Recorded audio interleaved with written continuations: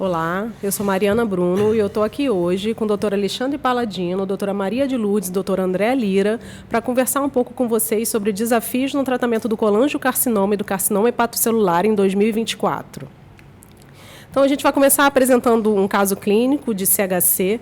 Era uma senhora feminina de 82 anos, que tinha um diabetes tipo 2, hipertensão e uma história de doença gordurosa do fígado desde 2013. Em janeiro de 2021, ela fez exame de imagem de rotina por conta da doença hepática crônica, que mostrou ascite leve, 3 nódulos hepáticos Liradis 4 e 5 suspeitos para CHC. Na ocasião, ela tinha um PS0, um Child A6, um BSLC-A, um ALB-score grau 1, alfa-feto normal. E a primeira pergunta que eu queria fazer é para o doutor André, que é nosso hepatologista aqui convidado, e eu queria que você falasse para a gente, André, como é que você faz o segmento desses pacientes com doença hepática gordurosa? Bom, olá a todos. Essa é uma questão muito importante, Mariana. A cirrose hepática de qualquer etiologia, ela é um fator de risco, é o principal fator de risco para o carcinoma hepatocelular. Então, pacientes com cirrose hepática têm que ser triados para a detecção de CHC a cada 6 meses. Isso é uma recomendação das principais sociedades mundiais, incluindo a americana de fígado, a europeia e a brasileira. E essa triagem ela deve ser feita com ultrassom do abdômen associada a alfa-fetoproteína. Então, a Sociedade Americana, no seu último guideline, no seu último consenso, recomenda o uso da alfa-fetoproteína. A europeia ela é um pouco mais liberal em relação à alfa-fetoproteína. Pela europeia, o ultrassom poderia ser suficiente, mas a americana recomenda o ultrassom associado ao alfa-feto. Eu, particularmente, utilizo os dois. Eu gosto dos dois. E também é importante ficarmos atentos para o seguinte fato. Se a alfa-fetoproteína ficar acima de 20, já há uma recomendação de você fazer um exame trifásico para pesquisar o carcinoma hepatocelular. Perfeito. Essa paciente, na ocasião, foi oferecido transplante hepático para ela, apesar da idade. Ela tinha uma senhora já de 78 anos, mas ela e a família recusaram. Ela foi, então, submetida a 2 sessões de TACE em maio de setembro de 2021. E com relação a esse diagnóstico inicial dela, essas são as imagens da ressonância, né, com os 2 nódulos hipervasculares, com washout, formação de pseudocápsulas, caracterizando o Liradis 5, e um nódulo Liradis 4, todos com menos de 3 centímetros. Aí eu queria fazer uma pergunta para, enfim, tanto para os oncologistas quanto para o André. Quando vocês indicam biópsia em CHC? Só a ressonância com Liradis 5 já é suficiente? Ou então essa paciente é alfa-feto normal, tinha nódulo Liradis 4, vocês acham que, enfim, seria eventualmente uma recomendação de biópsia hepática? Eu acho que se o paciente tem o CA19.9 elevado, um alfa-feto normal, se o paciente não vai ser submetido a uma cirurgia upfront, né, que a gente não está indicando uma cirurgia naquele momento, eu acho que aí, e não tem características claras, evidentes, radiológicas, de que seja um CHC, eu acho que está indicado a biópsia. Eu concordo com a Lourdes, mas num paciente como essa, com imagem característica, a gente pode prescindir da biópsia, não tem necessidade, né?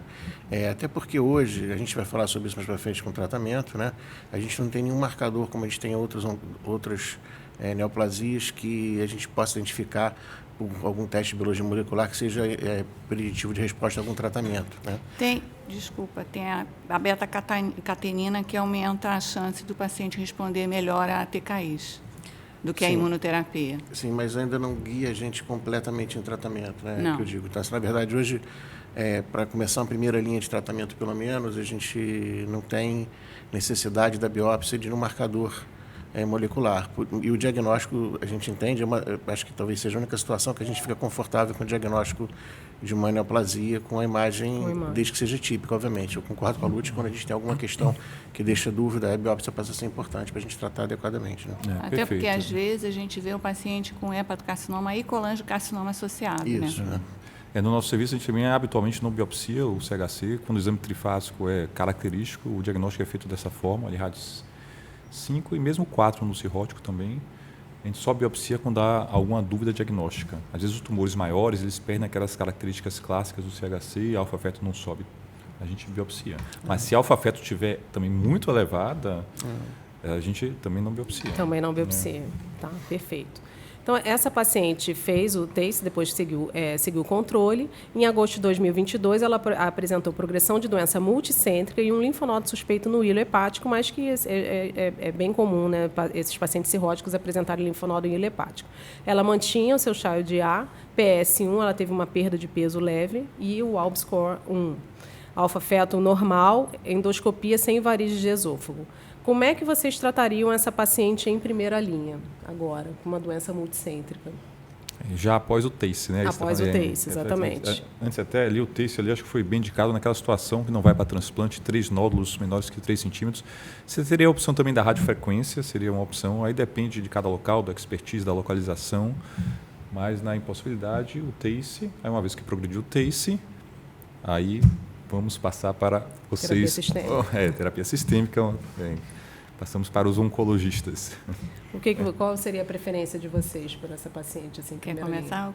Olha, eu acho que hoje, com primeira linha, no paciente que não tem contraindicação em imunoterapia e agente antiangiogênico, a gente tem 2 opções de tratamento. Atezo com Bevo ou tremelimumab com Durva, né, Durvalumab. A gente não tem estudo comparando os 2 esquemas, então acho que isso aí fica... As 2 opções estão em aberto para ser doente como opções, né? Nessa paciente que a gente não precisa de uma resposta grande e como ela também não tem varizes de esôfago, eu acho que tanto faz. Mas se ela precisasse de uma resposta imediata, de um volume maior de doença, eu preferiria o Atezibeva. Mas para essa paciente especificamente, eu acho que é indiferente. Ela não tem nenhuma doença outra hepática mais complexa e que possa gerar alguma dificuldade com ateso e beva, então é indiferente. Para mim, acho que não faz muita diferença. Essa paciente eu comecei a ateso e beva para ela. Eu queria fazer uma última pergunta desse caso para o André com relação ao transplante. Existe um limite de idade para a gente indicar transplante hoje em dia, com o conhecimento atual que a gente tem? Então, o que ocorre hoje em dia é que os serviços eles acabam adotando as suas próprias diretrizes. Então, formalmente, pela lei, não há um limite, mas assim, a maioria dos serviços limita entre 70 e 75 anos de idade. Agora, tem serviços que permitem idade maior, de acordo com o status performance do paciente, mas, via de regra, na grande maioria dos locais, ou é 70 ou 75. Perfeito. A gente vai passar, então, agora para o segundo caso, que é um caso de colangiocarcinoma. É o meu melhor caso de colangiocarcinoma, obviamente, a gente veio aqui contar a história de sucesso, né? Então, um paciente masculino de 48 anos, sem comorbidades, ele apresentou um quadro de icterícia obstrutiva em dezembro de 2021 e fez um diagnóstico de colangiocarcinoma de junção localmente avançado com linfonodomegalias hilares e paraórticas. Ele foi, então, submetido a uma embolização da porta esquerda na tentativa dele fazer uma cirurgia. Mas não houve o crescimento adequado do fígado e, nesse período, ele evoluiu com mais linfonodomegalia. Ele, inclusive, tinha linfonodo até, quando ele chegou para mim, até linfonodo supraclavicular. E foi encaminhado para tratamento sistêmico. Na ocasião, o que a gente tinha era cisplatina e gencitabina para fazer para esse paciente. Foi o que eu comecei. Mas eu pedi para ele, no material de biópsia dele, uma imunohistoquímica para avaliar a pesquisa de instabilidade microsatélite e também o N-TRAC, que a gente pode fazer, são marcadores moleculares que a gente tem disponibilidade de fazer por imunohistoquímica.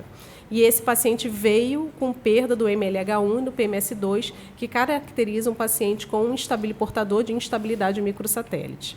Tá? Esse paciente, então, começou pembrolizumab, eu suspendi a quimio, troquei por pembrolizumab, e ele teve uma resposta brilhante, na verdade, e tinha uma doença, tinha só, na verdade, no fígado, tinha uma suspeita de doença residual no fígado, mas as linfonodomegalias supraclaviculares e as linfonodomegalias paraóticas tinham tido resposta completa. E esse paciente foi submetido a uma hepatectomia em julho de 2022, que mostrou ausência de neoplasia residual. Então, foi um paciente que teve resposta completa com imunoterapia. E ele segue imunoterapia, segue em resposta completa, já tem quase 2 anos que ele está em tratamento. Então, as perguntas que eu queria fazer para vocês. No momento, a gente sabe que tem alguns biomarcadores e tem terapias-alvos. No Brasil, a gente só tem atualmente a imunoterapia para os pacientes com instabilidade. E Mas está chegando inibidores do IDH1 e possivelmente inibidores do ER2 e do FGFR vão chegar também próximo. Quais biomarcadores vocês solicitam de rotina para o paciente com colangiocarcinoma avançado? Você quer falar? Não posso. Então, na verdade, eu acho que, como você falou, está chegando em breve, provavelmente ainda esse ano, vai chegar o que trata o inibidor de IDH1.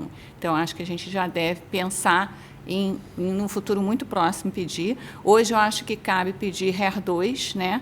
A instabilidade microsatélite, você foi super sortuda, né? Porque Sim. É 1% dos pacientes só que tem, mas quando a gente fala em IDH1 e FGFR2, chega a 10% a 15% de positividade. Então, acho que no futuro a gente vai poder trabalhar com essas drogas. Hoje, eu pediria NTRK, instabilidade e HER2.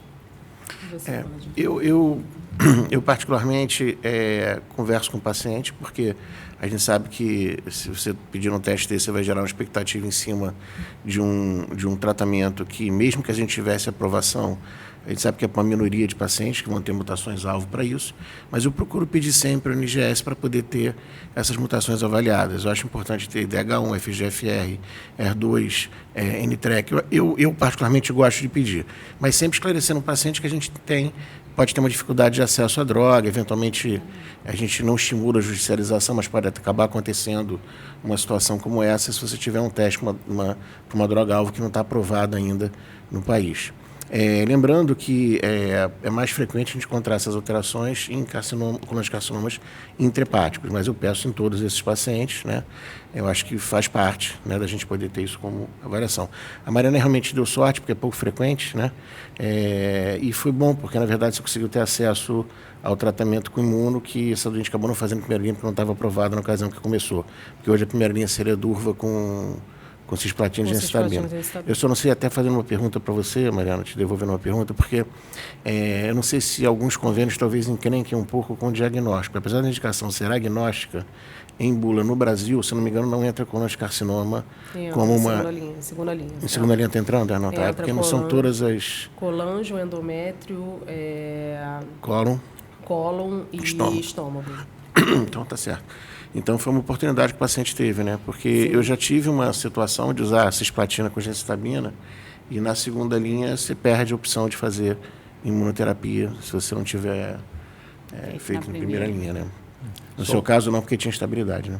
Só um parênteses, assim, antes de vocês seguirem com o tratamento, só lembrando também que a cirrose hepática é também fator de risco para colangiocarcinoma. Embora é um fator de risco muito maior para CHC, evidentemente, mas é fator de risco para colangiocarcinoma, cirrose em geral, e, logicamente, a colangite esclerosante primária é a doença hepática, né, que primariamente está mais associada ainda ao colangiocarcinoma. E hoje há uma recomendação também dos pacientes com doença, com colangite esclerosante primária, de se fazer uma avaliação pelo menos anual com exames de imagem na tentativa de se detectar precocemente o colangiocarcinoma no paciente sem cirrose. O cirrótico não entra no screening habitual a cada 6 meses. Perfeito. E como é que vocês escolhem, na verdade, a primeira linha de tratamento para os pacientes com colangiocarcinoma avançado? Então, acho em 2024. Hoje seria Durva e cisplatina e Genzar, né?